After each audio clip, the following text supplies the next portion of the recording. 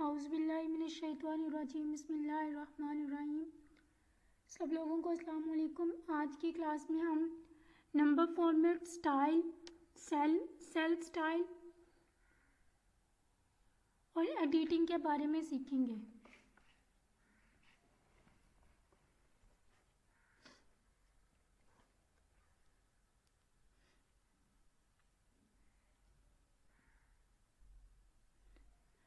सबसे पहले number format के बारे में बात कर लेते हैं। नंबर फॉर्मेट में हमारे पास बाय डिफ़ॉल्ट जो सिलेक्ट होता है वो जर्नल होता है, लेकिन जर्नल जो है मतलब आम रूटीन में जो आप लिख रहे हैं वो आपकी जो फॉर्मेटिंग होती है वो जर्नल फॉर्मेटिंग होती है। इसके अलावा अगर आप मज़ीद अपनी फॉर्मेटिंग को इन्हांस करना चाह रहे हैं, अपने डाटा के अंदर अपने डाटा को मॉडिफाई करना चाह रहे हैं, तो इसके लिए डिफरेंट ऑप्शंस का यूज़ किया जाता है। सबसे पहले हमारे पास आता है नंबर फॉर्मेट, उसके बाद करेंसी आता है, करेंसी के बाद account, short date, long date, time,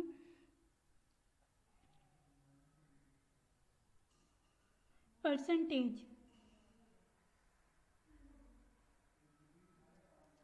percentage के बाद हमारे पास फ्रैक्शन आता है, फ्रैक्शन के बाद साइंटिफिक नोटेशन आता है, साइंटिफिक नोटेशन के बाद हमारे पास टेक्स्ट आता है। सबसे पहले हम बात कर लेते हैं नंबर फॉर्मेट की।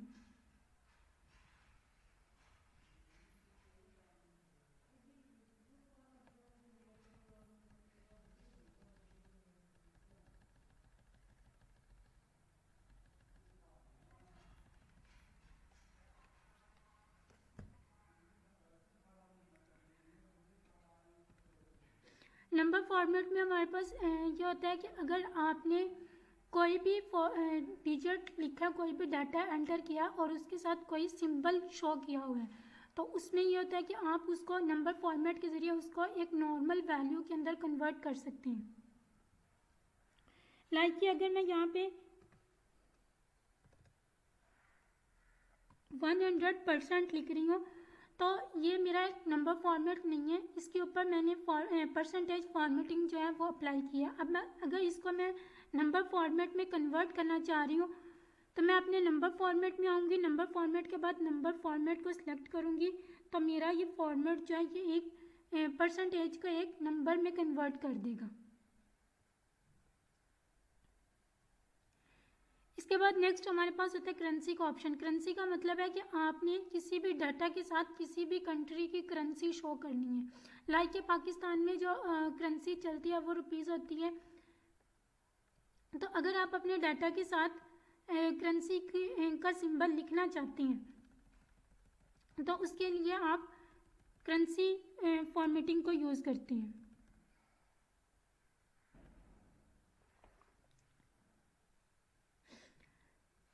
जब भी आपने कोई नंबर फॉर्मेटिंग अप्लाई करनी है, जिन भी सेल्स के ऊपर आपने अपनी नंबर फॉर्मेटिंग अप्लाई करनी है, तो उन सेल्स को सबसे पहले आपने सिलेक्ट करना है। सिलेक्ट करने के बाद मैं नंबर फॉर्मेट में आऊँगी और करेंसी के ऑप्शन पे क्लिक कर दूँगी, तो मेरे तमाम जो सिलेक्टेड सेल्स हैं उनके साथ जो करेंसी का सिंबल है वो लिखा हुआ आ जाएगा। यहाँ पे जो करेंसी बाय डिफ़ॉल्ट सिलेक्ट होती है वो डॉलर होती है।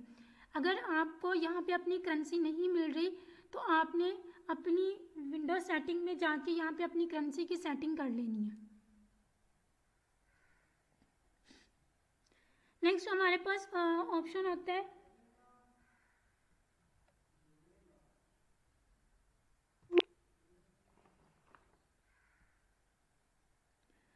अकाउंटिंग का। अकाउंटिंग और करेंसी दोनों एक ही चीज़ को रिप्रेजेंट करते हैं, लेकिन दोनों के काम डिफरेंट होते हैं। करेंसी के अंदर जो हमारा करेंसी के अंदर जो हमारा सिंबल था वो हमारे डिजिट के साथ चिपका हुआ होता है, लेकिन अकाउंटिंग के अंदर ये उससे थोड़ा हट के होता है, लेकिन दोनों के फंक्शंस थोड़े बहुत एक जैसे ही हैं।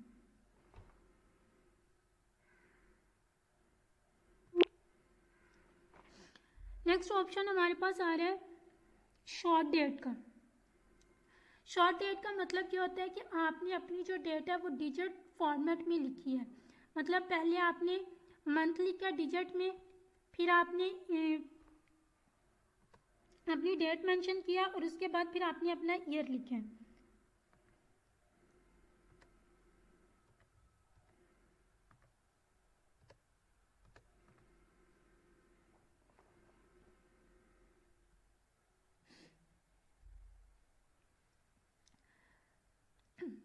अब इस सेल के अंदर जो मैंने डेट लिखी है वो शॉर्ट डेट है। शॉर्ट डेट को समझाने से पहले मैं इस डेट को हम लॉन्ग डेट में कन्वर्ट करते हैं।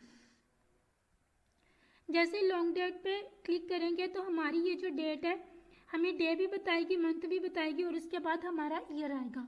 अब इस लॉन्ग डेट को शॉर्ट डेट में कन्वर्ट करना है तो हम शॉर्ट डेट के ऊपर क्लिक करेंगे तो हमारी ये जो डेट है ये शॉर्ट डेट में कन्वर्ट हो जाएगी।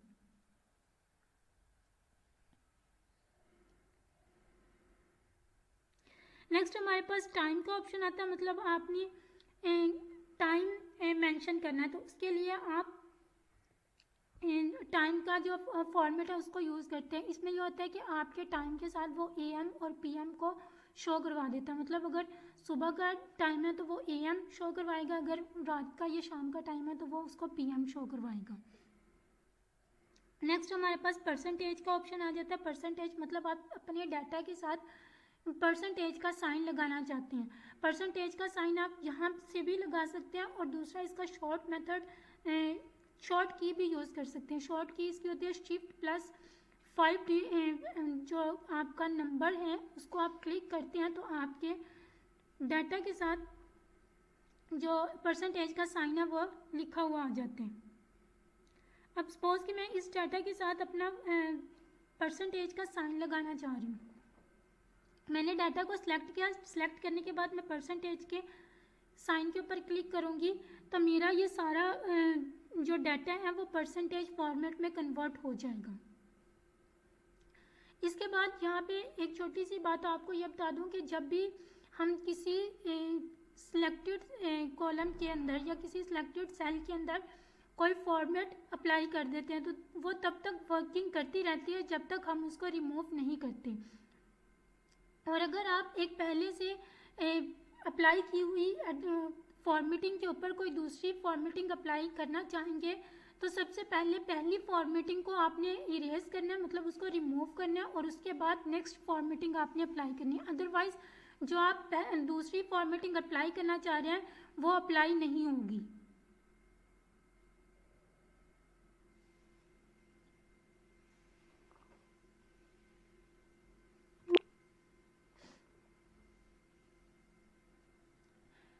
इसके बाद अकाउंटिंग नंबर जो मैंने यहाँ पे आपको ये सारी चीज़ें बताई हैं वो यहाँ पे भी उसने मेंशन की हैं।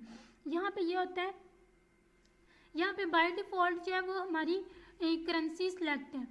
अगर आप इस करेंसी को चेंज करना चाह रहे हैं तो इस ड्रॉप डाउन आइकन पे क्लिक करेंगे तो यहाँ पे आपको डिफरेंट करेंसीज जो हैं वो मिल जाएंगी। जो भी आपके कंट्री की करेंसी है, लाइक जो इंडिया से बिलोंग करते हैं वो यहाँ से अपनी करेंसी जो है वो सिलेक्ट कर सकते हैं। अगर यहाँ से उनको करेंसी नहीं मिल रही है तो वो विंडो के ऑप्शन में जाके अपनी करेंसी की सेटिंग कर सकते हैं। इसके बाद परसेंटेज का साइन, परसेंटेज की मैंने आपको शॉर्ट की भी बता दी और यहाँ पे नेक्स्ट इस कॉलम के अंदर ऑप्शन के अंदर मैंने आपको परसेंटेज के बारे में बता भी दिया। इसके बाद कॉमा स्टाइल होता है। कॉमा स्टाइल मतलब आप अपने डाटा के अंदर कॉमा को लिखना चाह रहे हैं। अगर सपोज कि आपकी 1000 से अबव वैल्यू है और आप उसके अंदर कॉमा लगा देते हैं तो वो वैल्यूज़ जो हैं वो आपको पढ़ना आसान हो जाती हैं। लेकिन अगर आप उनके अंदर कॉमा नहीं लगाते तो वो पढ़ने में आपको दिक्कत पेश आती है। नेक्स्ट हमारे पास होता है इंक्रीज डेसिमल और डिक्रीज डेसिमल। इंक्रीज डेसिमल का मतलब ये होता है कि आप अपने डाटा के अंदर अपनी जो डिजिट आपने लिखे हैं उनके अंदर अगर आप 0 बढ़ाना चाह रहे हैं, सपोज अगर मैं यहाँ पे 1 लिखती हूँ,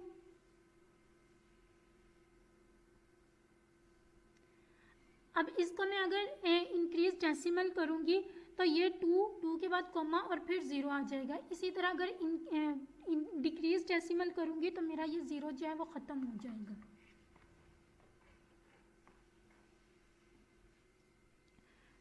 कंडीशनल फॉर्मेटिंग,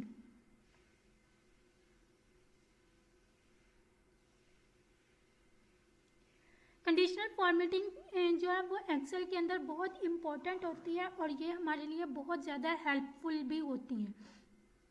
इसके अंदर हमारे पास डिफरेंट ऑप्शंस आते हैं। सबसे पहले आता है हाईलाइट सेल रूल का, उसके बाद टॉप बॉटम रूल, उसके बाद डाटा बार्स, उसके बाद कलर सीरीज और उसके बाद हमारे पास आइकॉन सेट्स आते हैं। तो सबसे पहले हम बात कर लेते हैं हाईलाइट सेल का। हाईलाइट सेल के अंदर हमारे पास जो पहला ऑप्शन आता है वो आता है ग्रेटर देन का। ग्रेटर देन का मतलब ये होता है कि अगर आपने अपने सेल के अंदर अपने डाटा के अंदर ये देखना है कि आपकी जो ग्रेटर वैल्यू है वो कौन सी है, तो उसके लिए हम ग्रेटर देन का ऑप्शन जो है वो यूज़ करते हैं। लाइक ये मैंने एक डाटा लिखा है,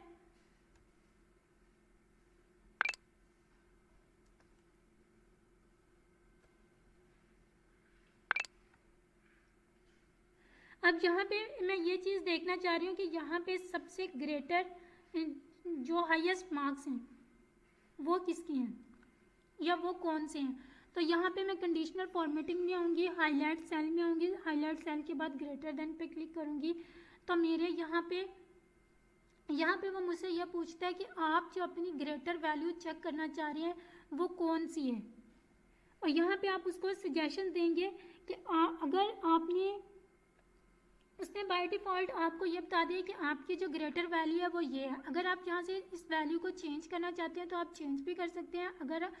अगर आप इसको चेंज नहीं करना चाहते तो आप यहाँ पे जस्ट ओके के बटन पे क्लिक करेंगे तो आपकी ग्रेटर वैल्यू जो है वो हाईलाइट हो जाएगी।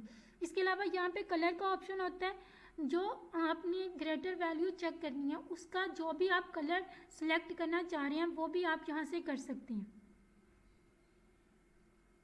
इसके बाद ओके पे क्लिक किया तो जो भी मेरी ग्रेटर वैल्यूज़ हैं उनके अंदर कलर हो गया, मतलब उनका बैकग्राउंड जो है वो कलर्ड हो गया। इसके बाद कंट्रोल सी करती हूँ। नेक्स्ट हमारे पास ऑप्शन आता है लेस देन का। लेस देन का मतलब यह है कि अगर आपने अपने सिलेक्टेड डाटा के अंदर कोई छोटी वैल्यू चेक करनी है तो उसके लिए आप लेस देन का ऑप्शन जो है वो यूज़ करते हैं।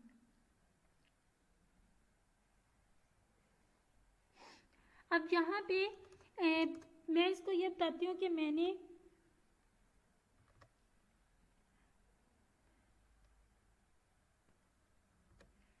थ्री 33 से लेस देन जो वैल्यू है वो मेरी कलर्ड हो जाए।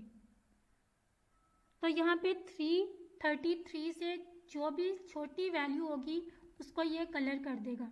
बाकी जो दूसरी जो वैल्यूज़ हैं वो 333 से ग्रेटर है, इसलिए उसने यहाँ पे कलर नहीं किया। इसके बाद हमारे पास जो नेक्स्ट ऑप्शन आता है कंडीशनल फॉर्मेटिंग के अंदर हमारे पास नेक्स्ट ऑप्शन जो आता है वो आता है बिटवीन का। बिटवीन का मतलब ये है कि आप दो सिलेक्टेड वैल्यू के सेंटर वाली वैल्यू को चेक करना चाह रहे हैं। मतलब अगर आप चाह रहे हैं 100 के और 400 के सेंटर में जो वैल्यूज़ हैं वो हाईलाइट हो जाएं, तो आपने अपनी जो भी वैल्यूज़ आपने यहाँ से चेक करनी है उन दोनों को यहाँ पे मेंशन करेंगे। उसके बाद ओके के बटन पे क्लिक करेंगे तो आपकी जो भी आपने यहाँ पे उसको रेकमेंड किया होगा वो वैल्यूज़ को हाईलाइट कर देगा। इसके बाद हमारे पास नेक्स्ट ऑप्शन आता है टेक्स्ट का। टेक्स्ट से पहले इक्वल का ऑप्शन आता है। इक्वल का मतलब ये होता है कि आपने अपनी इक्वल वैल्यू, मतलब यहाँ पे अगर मैं लिख देती हूँ कि जो मेरी 300 के इक्वल जो वैल्यूज़ हैं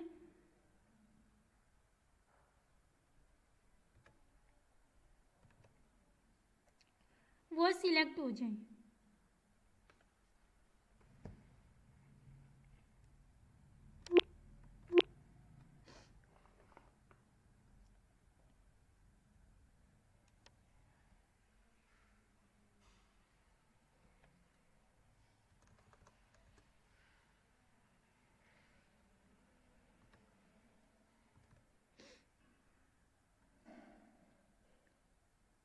तो यहाँ पे 300 के इक्वल कोई भी वैल्यू नहीं है, इसलिए उसने इनको हाईलाइट नहीं किया। अगर मेरी यहाँ पे कोई 300 की वैल्यू होती तो उसको वो हाईलाइट कर देता।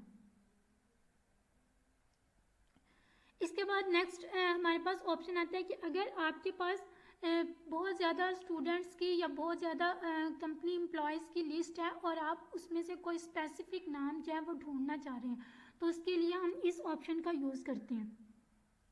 सपोज कि मैंने यहाँ पे बहुत ज़्यादा नाम लिखे हुए हैं। अब यहाँ से मैं कोई भी नाम सर्च करना चाह रही हूँ, तो मैं अपने डाटा को पहले सिलेक्ट करूँगी। सेलेक्ट करने के बाद कंडीशनल फॉर्मेटिंग में आऊँगी। कंडीशनल फॉर्मेटिंग के बाद हाईलाइट सेल में आऊँगी और इसके बाद टेक्स्ट के ऑप्शन पे क्लिक कर दूँगी। तो यहाँ पे अब मेरी रो के अंदर सबसे जो पहला नेम है वो बाय डिफ़ॉल्ट यहाँ पे सिलेक्ट है। अगर आप कोई और नेम जहाँ से चेक करना चाह रहे हैं जो आपकी लिस्ट में हो वो हाईलाइट हो जाएगा। अगर वो आपकी लिस्ट में अवेलेबल नहीं है तो वो नाम जो है वो हाईलाइट नहीं होगा। अब मैंने अपने डाटा के अंदर ये नाम जो मैंने सेलेक्ट किया है ये मैंने 2 मरतबा लिखा है, तो उसने इसको 2 मरतबा ही हाईलाइट कर दिया।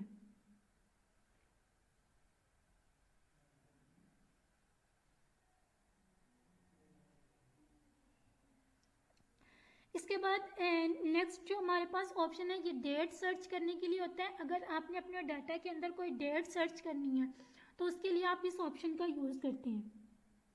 इसके बाद हमारे पास डुप्लीकेट का मतलब क्या होता है कि अगर आपके पास डाटा जो है वो बहुत लेंथी है, बहुत ज़्यादा बड़ा है और आप उसमें से ये चेक करना चाह रहे हैं कि कौन कौन सी वैल्यूज़ जो हैं वो एक से ज़्यादा मरतबा लिखी हुई हैं, तो डुप्लीकेट वैल्यू इस ऑप्शन को जब आप क्लिक करेंगे उसके बाद वो आपसे सजेशन पूछेगा कि आप कौन सी वैल्यू को मतलब चेक करना चाह रहे हैं। तो इसके बाद आपने यहाँ पे डुप्लीकेट को क्लिक करना है, तो आप डुप्लीकेट वैल्यू जो है वो हाईलाइट हो जाएंगी। इसके बाद अगर आपने कोई यूनिक वैल्यू चेक करनी है तो यूनिक के ऑप्शन को सिलेक्ट करना और इसके बाद ओके कर देना, तो आपकी जो सिंगल वैल्यूज होंगी जो जस्ट एक मरतबा लिखी होंगी वो हाईलाइट हो जाएंगी।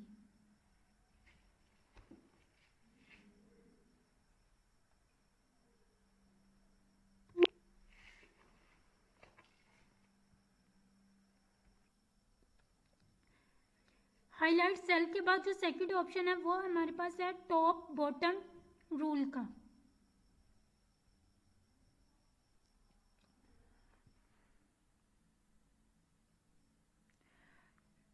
टॉप बॉटम रूल में सबसे पहले हमारे पास जो ऑप्शन आता है वो आता है टॉप 10 आइटम्स का, उसके बाद आता है टॉप 10% का, उसके बाद बॉटम 10 आइटम्स का और उसके बाद बॉटम 10% का और उसके बाद अबव एवरेज का और बॉटम एवरेज का।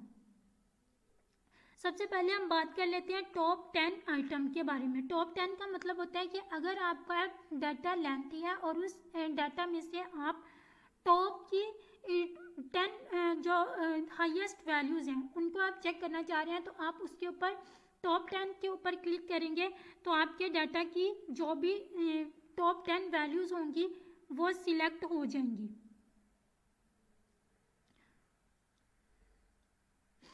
इसके बाद नेक्स्ट हमारे पास ऑप्शन है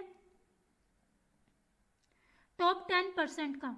टॉप 10% का मतलब ये होता है कि अगर आपके पास कोई वैल्यूज़ हैं वो परसेंटेज है, परसेंटेज डाटा है और उसमें से आप टॉप 10% जो है उसको चेक करना चाह रहे हैं, तो उसके लिए आप इस ऑप्शन का यूज़ कर सकते हैं। इसी तरह बॉटम आइटम्स है, बॉटम 10 आइटम्स का मतलब ये होता है कि अगर आपने अपने डाटा में से लास्ट की वैल्यूज़ जो हाईएस्ट 10 वैल्यूज़ हैं उनको चेक करना है, तो उसके लिए आप बॉटम 10 आइटम्स का यूज़ करते हैं। नेक्स्ट हमारे पास बॉटम 10% है।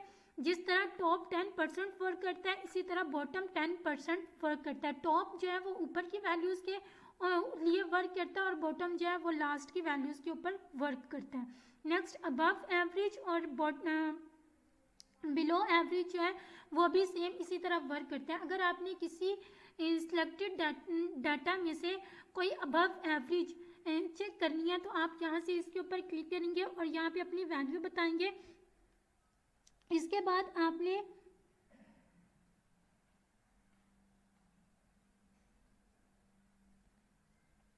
इसको क्लिक कर ओके करना है, तो आपकी जो भी एवरेज वैल्यूज़ होंगी वो यहाँ पे हाईलाइट हो जाएंगी। इसके बाद कंडीशनल फॉर्मेटिंग के अंदर जो हमारा नेक्स्ट ऑप्शन आता है वो आता है डाटा बार्स का।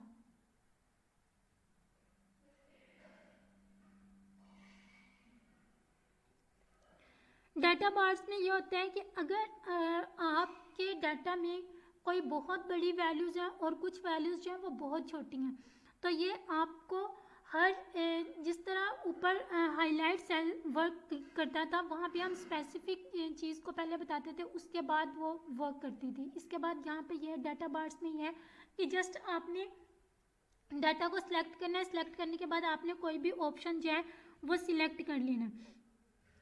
सिलेक्ट करने के बाद आपके डाटा के अंदर जो भी आप फॉर्मेटिंग जहाँ पे अप्लाई करेंगे, सॉरी जहाँ पे मैंने ऑलरेडी की हुई है,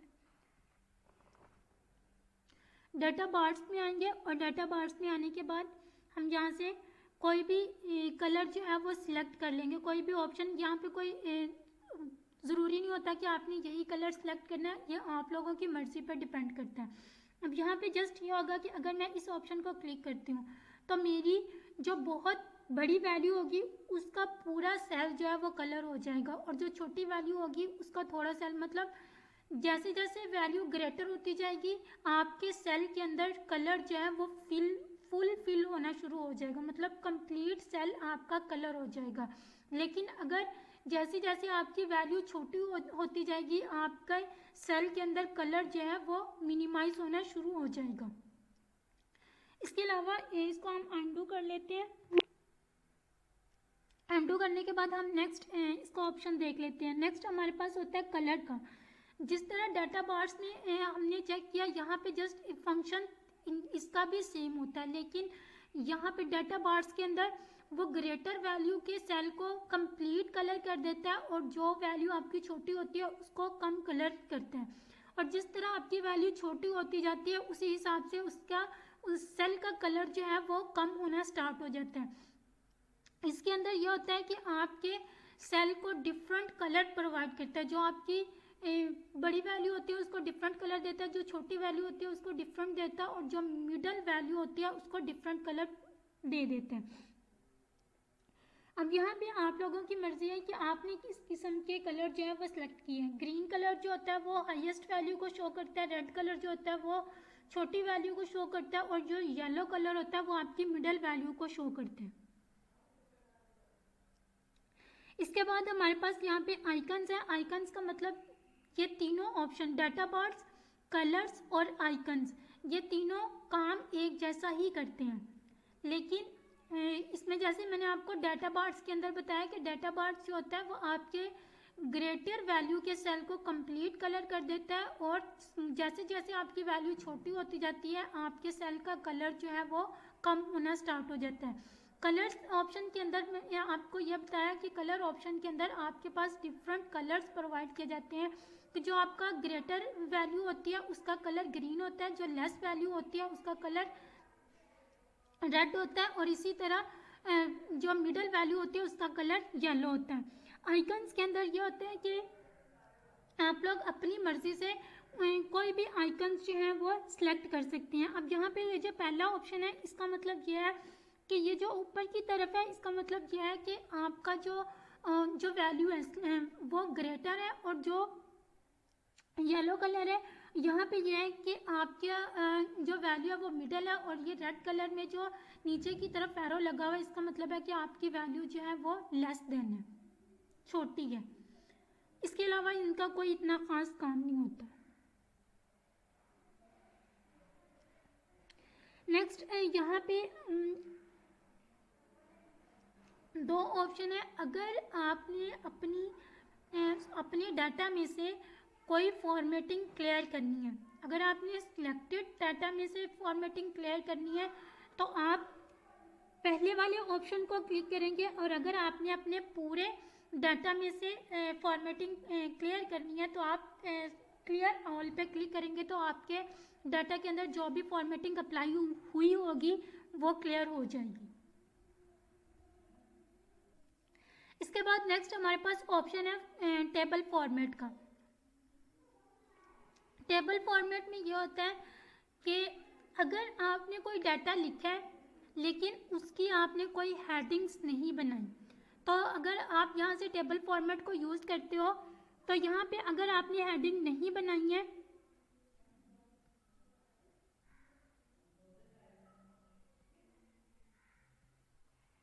सॉरी ये था,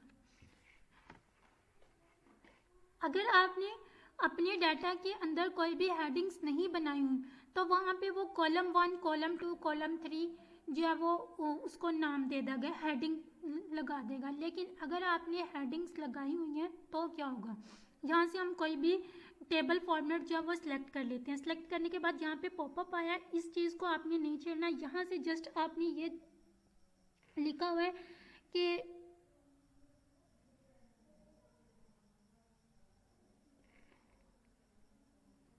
यहाँ पे लिखा होता है कि आपके टेबल के अंदर कोई हेडिंग है या नहीं है। अगर हेडिंग्स हैं तो आपने इसको फिल कर देना, और अगर नहीं है तो आपने इसको अनफिल कर देना। लेकिन इससे पहले आपने टेबल को सिलेक्ट, इसको कंट्रोल C करके अंडू कर लेते हैं। इसके बाद इस डाटा को सिलेक्ट करना है। इस डाटा को सिलेक्ट करने के बाद यहाँ पे टेबल फॉर्मेट में आना है और यहाँ से कोई भी टेबल फॉर्मेट जो है वो आपने सिलेक्ट कर लेना है। इसके बाद नेक्स्ट हमारे पास जो ऑप्शन होता है सेल स्टाइल का। सेल स्टाइल में ये होता है कि आप अपने सेल्स को डिफरेंट स्टाइल्स जो हैं वो दे सकते हैं। वो आपकी मर्जी है कि आपने यहाँ से कौन सा जो सेल स्टाइल है वो लेना है।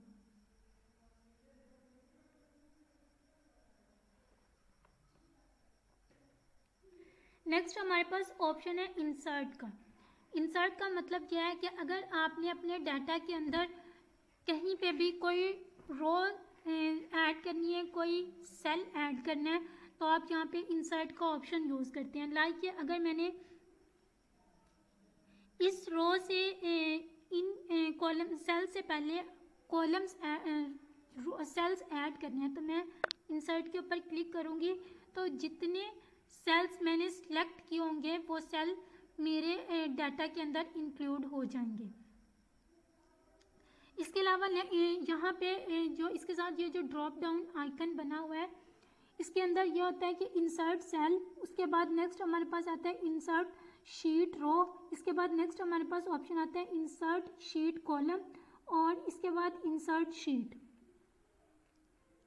इंसर्ट सेल का मैंने आपको बता दिया। इंसर्ट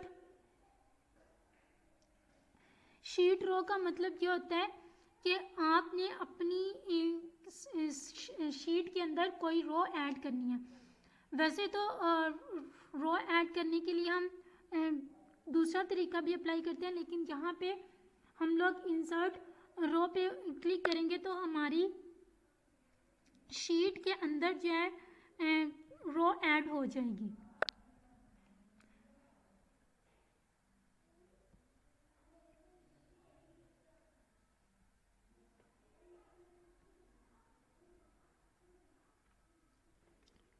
अब यहाँ पे क्या किया है कि मैं यहाँ पे ये चाह रही हूँ कि मेरी 3 के बाद जो है एक रो जो है वो ऐड हो जाए, तो मैं यहाँ पे इंसर्ट के ऑप्शन पे आऊँगी और इसके बाद इंसर्ट शीट रो पे क्लिक करूँगी, तो जितनी मैं यहाँ पे रोज़ ऐड करना चाहूँ उतनी मैं रोज़ ऐड कर सकती हूँ। इसके बाद नेक्स्ट हमारे पास जो ऑप्शन होता है वो इंसर्ट शीट कॉलम का होता है। इंसर्ट शीट कॉलम का मतलब ये होता है कि आप अपने शीट के अंदर कोई नया कॉलम जो है वो ऐड करना चाह रही हैं, तो उसके लिए आप इंसर्ट कॉलम का ऑप्शन जो है वो यूज़ करते हैं।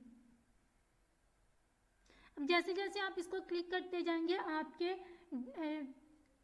शीट के अंदर कॉलम ऐड होना स्टार्ट हो जाएंगे। इसके बाद यहाँ पे नेक्स्ट ऑप्शन है डिलीट का। डिलीट का मतलब ये होता है कि अगर आपने अपने डाटा के अंदर से कोई सेल डिलीट करना है या अपनी शीट के अंदर से कोई सेल या कोई रो या कोई कॉलम डिलीट करना है तो आप इस ऑप्शन का यूज़ करते हैं। यहाँ पे भी जिस तरह इंसर्ट के अंदर डिफरेंट ऑप्शंस थे, यहाँ पे भी डिफरेंट ऑप्शन है। यहाँ पे भी ये है कि डिलीट सेल करना है तो आप उन सेल्स को सिलेक्ट करेंगे और उसके बाद इस ऑप्शन को क्लिक करेंगे तो आपके डाटा के अंदर जो सिलेक्टेड सेल्स होंगे वो डिलीट हो जाएंगे।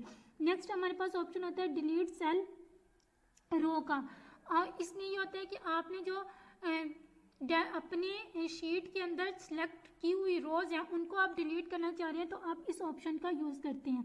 नेक्स्ट हमारे पास ऑप्शन होता है डिलीट शीट कॉलम का। इसका मतलब यह है कि आपने अपनी शीट के अंदर कोई कॉलम डिलीट करने हैं तो यहाँ पे इस ऑप्शन का यूज़ करते हैं। डिलीट शीट, इसका मतलब ये होता है कि आपकी पूरी की पूरी शीट जो है वो डिलीट हो जाएगी। नेक्स्ट हमारे पास जो ऑप्शन आता है वो आता है फॉर्मेटिंग का।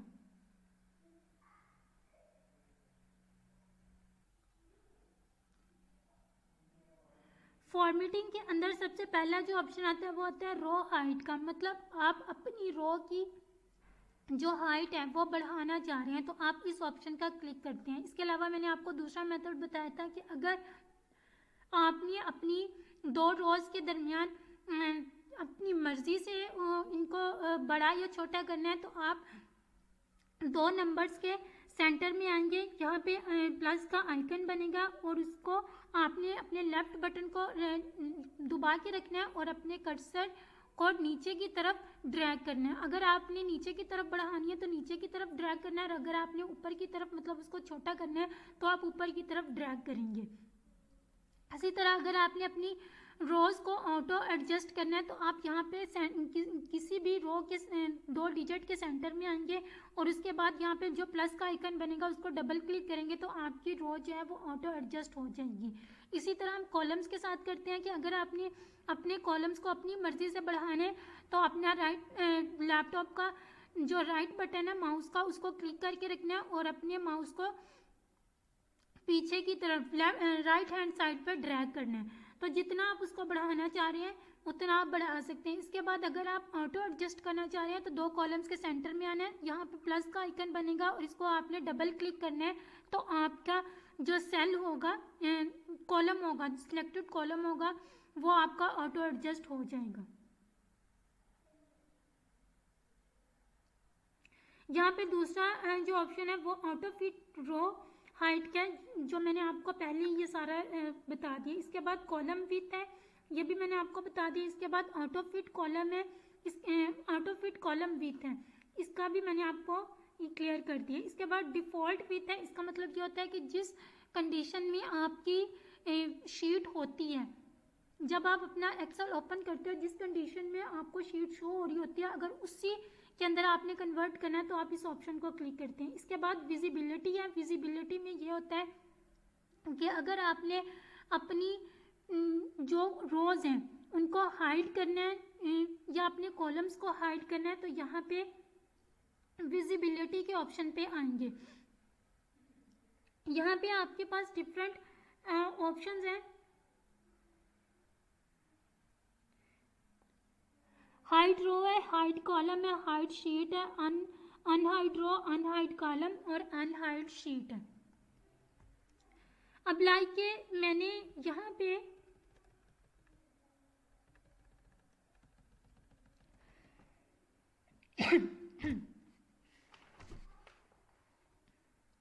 इस डाटा को मैं पहले जैसे कर लेती हूँ। पहले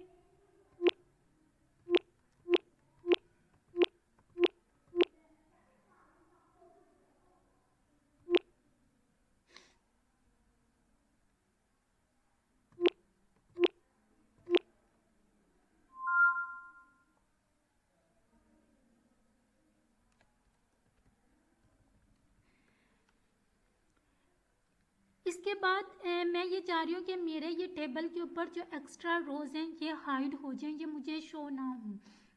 तो यहाँ पे सबसे पहले मैं इन रोज़ को सेलेक्ट करूँगी। सेलेक्ट करने के बाद फॉर्मेट के ऑप्शन में आऊँगी। फॉर्मेट के ऑप्शन में आने के बाद मैं विजिबिलिटी पे आऊँगी और विजिबिलिटी पे आने के बाद हाइट रो पे क्लिक करूँगी। तो मेरी इस टेबल के ऊपर जितनी भी रोज थी वो हाइड हो चुकी हैं। इसके बाद अगर मैं इनको अनहाइड करना चाहती हूँ तो इसके लिए मैं फॉर्मेट पे आऊँगी। फॉर्मेट पे आने के बाद विजिबिलिटी पे आऊँगी और अनहाइड रो के ऊपर क्लिक करूँगी तो मेरी जो हाइड रो थी वो अनहाइड हो जाएंगी। इसी तरह अगर आपने अपने डाटा के अंदर जो है कोई कॉलम जो है वो हाइड करनी है तो आप उन कॉलम्स को सिलेक्ट करेंगे। सपोज कि मैंने ये डी वाला कॉलम जो है ये हाइड करना है तो मैंने इसको सिलेक्ट किया। सिलेक्ट करने के बाद मैं फॉर्मेट के ऑप्शन पे आऊँगी, विजिबिलिटी पे आई। विजिबिलिटी पे आने के बाद मैंने हाइड कॉलम के ऊपर क्लिक किया तो मेरा ये वाला जो कॉलम है हाइड हो गया। यहाँ पे ये देखें ये मुझे ABCDEFG जी के बाद एच आना था, यहाँ पे एच वाला कॉलम जो है वो मुझे शो नहीं करवा रहा। उसके बाद नेक्स्ट हमारा आई आ रहा है। तो इसी तरह अगर मैंने इस कॉलम को जो मैंने हाइड किया हुआ है इस कॉलम को अनहाइड करना है तो मैं फॉर्मेट सेल में आऊँगी। फॉर्मेट सेल में आने के बाद मैं अनहाइड कॉलम पे क्लिक कर दूंगी तो मेरा ये जो कॉलम है ये अनहाइड हो जाएगा। इसी तरह अगर आपने अपनी जो फाइल है, आपने एक्सेल की एक फ़ाइल तैयार किया है, उस एक्सेल की फ़ाइल के अंदर आपने बहुत सारी शीट्स जो हैं वो रेडी की हुई हैं। आपने वो फाइल जो है वो किसी को ट्रांसफ़र करनी है, लेकिन आप ये चाह रहे हैं कि जो उस फाइल के अंदर मैंने शीट रेडी की हुई हैं, जो ज़रूरी शीट्स हैं जस्ट वही शो हों, जो एक्स्ट्रा जो शीट है वो दूसरे मेंबर को शो ना हो। तो उसके लिए हम हाइड शीट के ऑप्शन को यूज़ करते हैं। फॉर्मेट सेल में आए, फॉर्मेट सेल में आने के बाद विजिबिलिटी पे आए और यहाँ पे हाइड शीट के ऊपर आप क्लिक करेंगे तो जिस शीट को आपने हाइड करना है उस शीट को आपने एक्टिव करना है पहले। लाइक अगर मैंने शीट 1 जो है वो ये मैंने इसको हाइड करना है तो इस शीट को मैं इस शीट को सिलेक्ट करूँगी। सिलेक्ट करने के बाद फॉर्मेट के ऑप्शन पे आऊँगी, यहाँ के विजिबिलिटी पे आऊँगी और हाइड शीट के ऊपर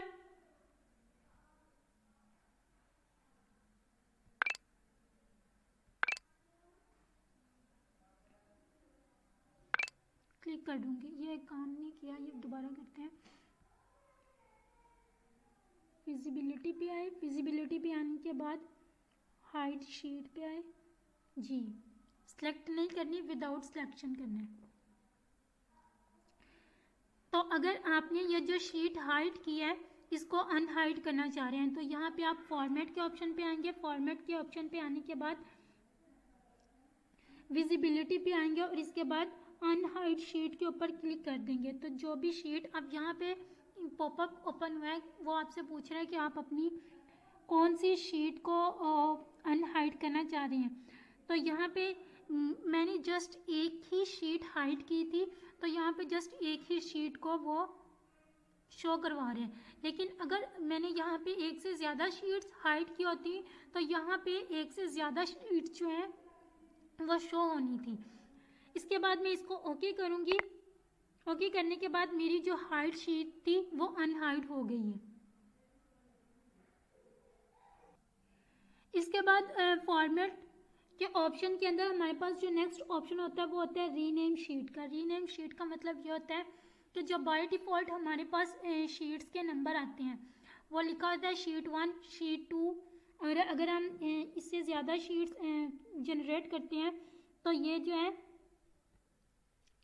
शीट्स के नंबरिंग के साथ शो हो रही होती हैं। लेकिन अगर आप लोग चाह रहे हैं कि मैं ये शीट के जो नाम लिखे हुए हैं इनको मैं अपनी मर्ज़ी से लिखूं, अपनी मर्ज़ी अपने डाटा के अकॉर्डिंग लिखूं, तो यहाँ पे आपने फॉर्मेट के ऑप्शन पे आना है, यहाँ पे रीनेम शीट के ऑप्शन पे आना है। इसके बाद आपने जिस शीट का नाम चेंज करना है आपने पहले उस शीट को एक्टिव करना है।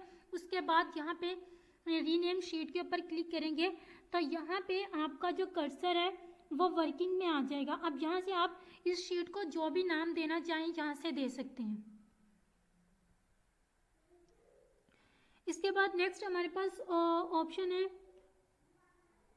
मूव और कॉपी शीट का। इसका मतलब ये है कि आप जो अपनी शीट को किसी और जगह पे मूव करवाना चाह रहे हैं तो आप यहाँ से उनको मूव भी करवा सकते हैं और कॉपी भी करवा सकते हैं।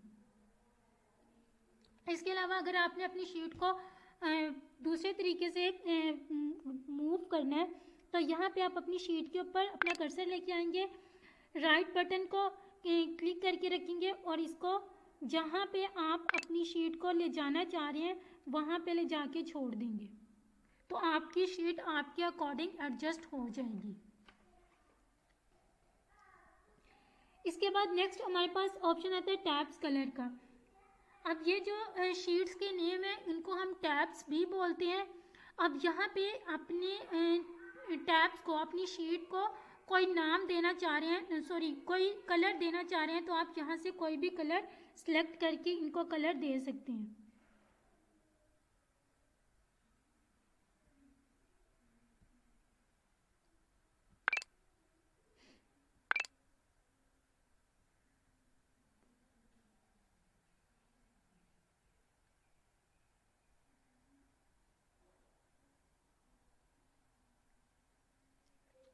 नेक्स्ट हमारे पास ऑप्शन होता है प्रोटेक्ट शीट का।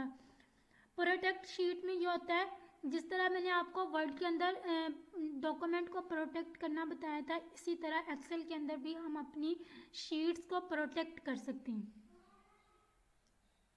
प्रोटेक्ट शीट के ऑप्शन पे क्लिक करेंगे। इसके बाद यहाँ पे वो आपसे आपका पासवर्ड पूछेगा।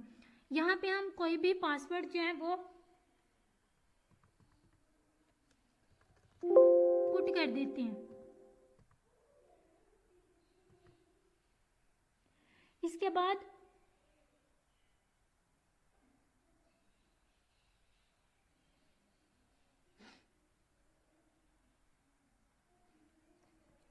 यहाँ पे आपके पास डिफरेंट ऑप्शन होते हैं कि अगर आपने अपनी सिलेक्टेड सेल को करना है, प्रोटेक्ट करना है तो आप अपने सिलेक्टेड सेल को भी कर सकते हैं। अगर आपने किसी स्पेसिफिक एरिया को करना है तो आप अपने स्पेसिफिक एरिया को भी लॉक कर सकते हैं। इसके अलावा अगर आपने अपनी पूरी शीट को प्रोटेक्ट करना है तो आप अपनी पूरी शीट को भी प्रोटेक्ट कर सकते हैं। इसको ओके करेंगे। ओके करने के बाद एक नया पॉपअप आएगा, वहाँ पे वो आपसे कंफर्म पासवर्ड करेगा दोबारा से। तो जब आप कंफर्म पासवर्ड कर देंगे तो ओके करने के बाद आपकी जो शीट है वो प्रोटेक्ट हो जाएगी। अब जब भी कोई भी मेंबर आपकी लैपटॉप को यूज़ करता है और आपकी शीट के ऊपर आता है, उस शीट के ऊपर जो भी वो वर्क करेगा वो उसके ऊपर कोई भी वर्क या कोई भी मॉडिफिकेशन है वो नहीं कर सकता जब तक उसको पासवर्ड नहीं पता होगा। और अगर आप खुद भी करना चाहेंगे तो भी आप नहीं कर सकते जब तक आप अपना पासवर्ड जो है उसको अनप्रोटेक्टेड नहीं करेंगे, मतलब अपना पासवर्ड जो है वो ओपन नहीं करेंगे, तब तक आपकी शीट के ऊपर आप कोई भी वर्क नहीं परफॉर्म कर सकते।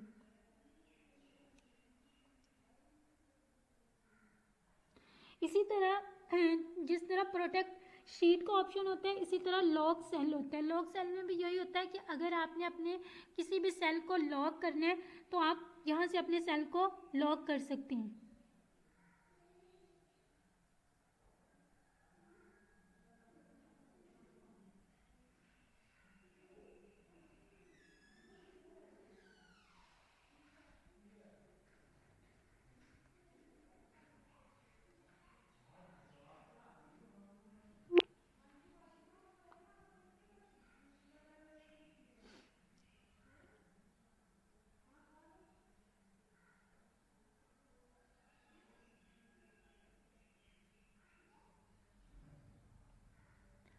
अब यहाँ पे ये सारे ऑप्शन जो हैं वही रिपीट किए हैं जो मैंने आपको ऑलरेडी पहले बता दिए हैं।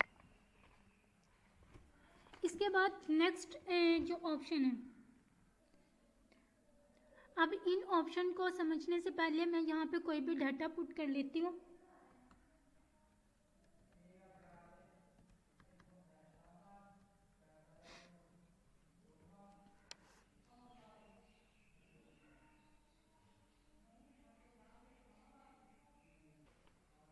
हमारे पास जो नेक्स्ट ऑप्शन आता है वो आता है सम का।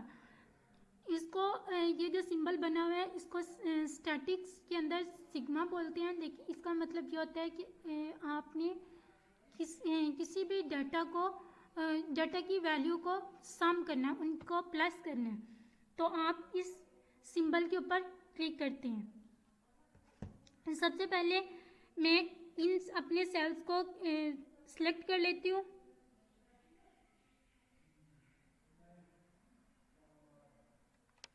सेलेक्ट करने के बाद मैं इसके ऊपर क्लिक करूँगी तो मेरी इस वैल्यू का सम होके ऑटो सम होके मेरे पास आ जाएगा।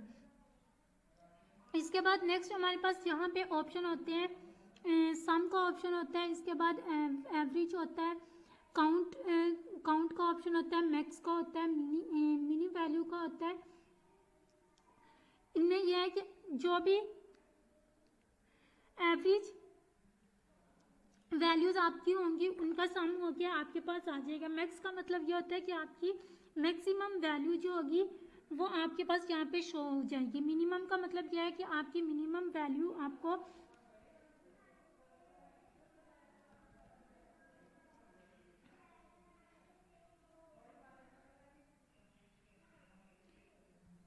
मैं आपको दोबारा से बता देती हूँ।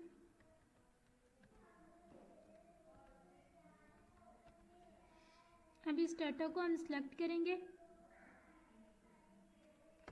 सिलेक्ट करने के बाद ऑटो सम के ऑप्शन पे आएंगे और इसके बाद मैक्स के ऊपर क्लिक कर देंगे, तो आपके डाटा के अंदर जो भी मैक्सिमम वैल्यू होगी उसको इसने नीचे लिख दिया। इसी तरह इसको अनडू कर लेते हैं और नेक्स्ट ऑप्शन को चेक कर लेते हैं। नेक्स्ट ऑप्शन है हमारे पास मिनिमम। मिनिमम का मतलब यह है कि आपके डाटा में से जो सबसे छोटी वैल्यू होगी वो लास्ट पे इसको राइट कर देगा।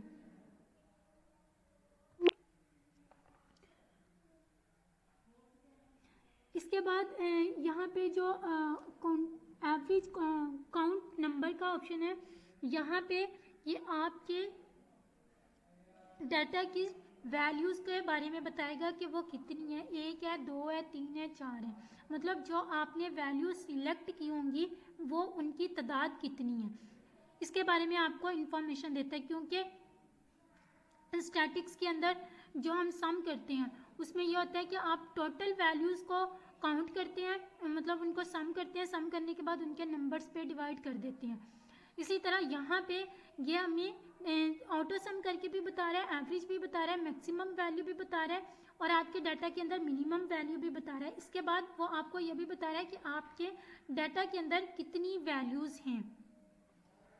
तो अगर आपके पास बहुत बड़ा डाटा और आपने ये चेक करना है कि आपके डाटा के अंदर टोटल कितनी वैल्यूज़ हैं, तो आप इस ऑप्शन का यूज़ कर सकते हैं।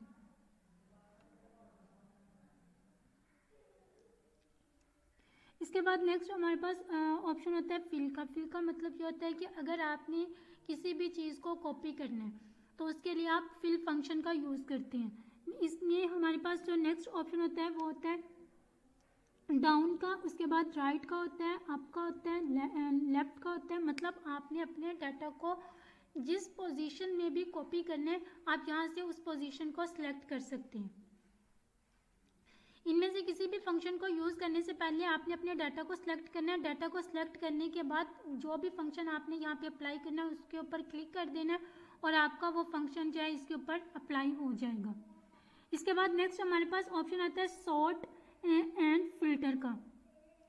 इसका मतलब ये होता है कि आप अपनी मर्ज़ी से अपने जो डाटा को मॉडिफाई करना चाह रहे हैं। सपोज कि मैंने यहाँ पे ये नाम जो है लिखे हुए हैं, अब मैं ये चाह रही हूँ कि मेरे जो नाम है वो सीक्वेंस के साथ है, जैसे अल्फ़ाबेटिक ऑर्डर होता है उस तरह ही। मतलब पहले ए के साथ जो नाम है वो है, फिर बी के साथ है, फिर सी के साथ, फिर डी के साथ। तो यहाँ पे मैं सॉर्ट ए टू जी के ऊपर क्लिक करूँगी। यहाँ पे लिखा सॉर्ट ए टू जी। तो जो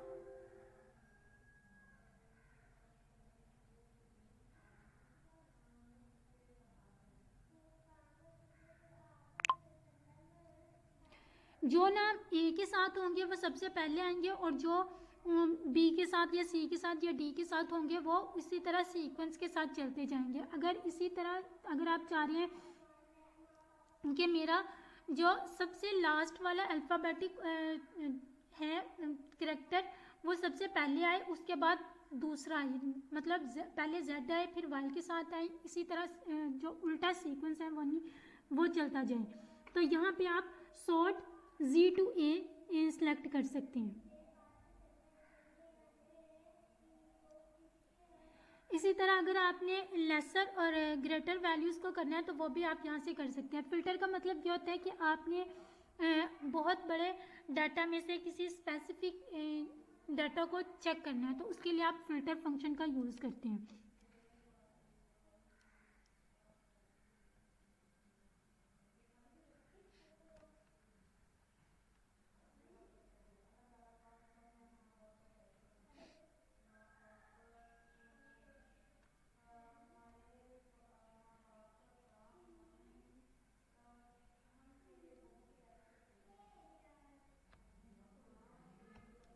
नेक्स्ट हमारे पास जो ऑप्शन आता है वो होता है सर्च का। सर्च के अंदर हमारे पास डिफरेंट ऑप्शन आते हैं। इसमें सबसे पहला ऑप्शन जो होता है वो होता है फाइंड का। फाइंड का मतलब ये होता है कि अगर आपने अपने स्पेसिफिक डाटा में से किसी चीज़ को, किसी वैल्यू को या किसी नेम को सर्च करना है तो उसके लिए आप फाइंड के ऑप्शन को यूज़ करते हैं। इसके बाद नेक्स्ट हमारे पास रिप्लेस का ऑप्शन आता है। रिप्लेस का मतलब ये होता है कि अगर आपसे कुछ बाय मिस्टेक लिखा गया है तो आप उस चीज़ को रिप्लेस करना चाह रहे हैं तो आप वहाँ से रिप्लेस कर सकते हैं। इसके बाद नेक्स्ट हमारे पास गो टू का ऑप्शन आता है। तो यहाँ पे भी यही होता है कि आप डायरेक्टली जिस चीज़ पे जाना चाह रहे हैं उसी चीज़ पे पहुँच जाते हैं।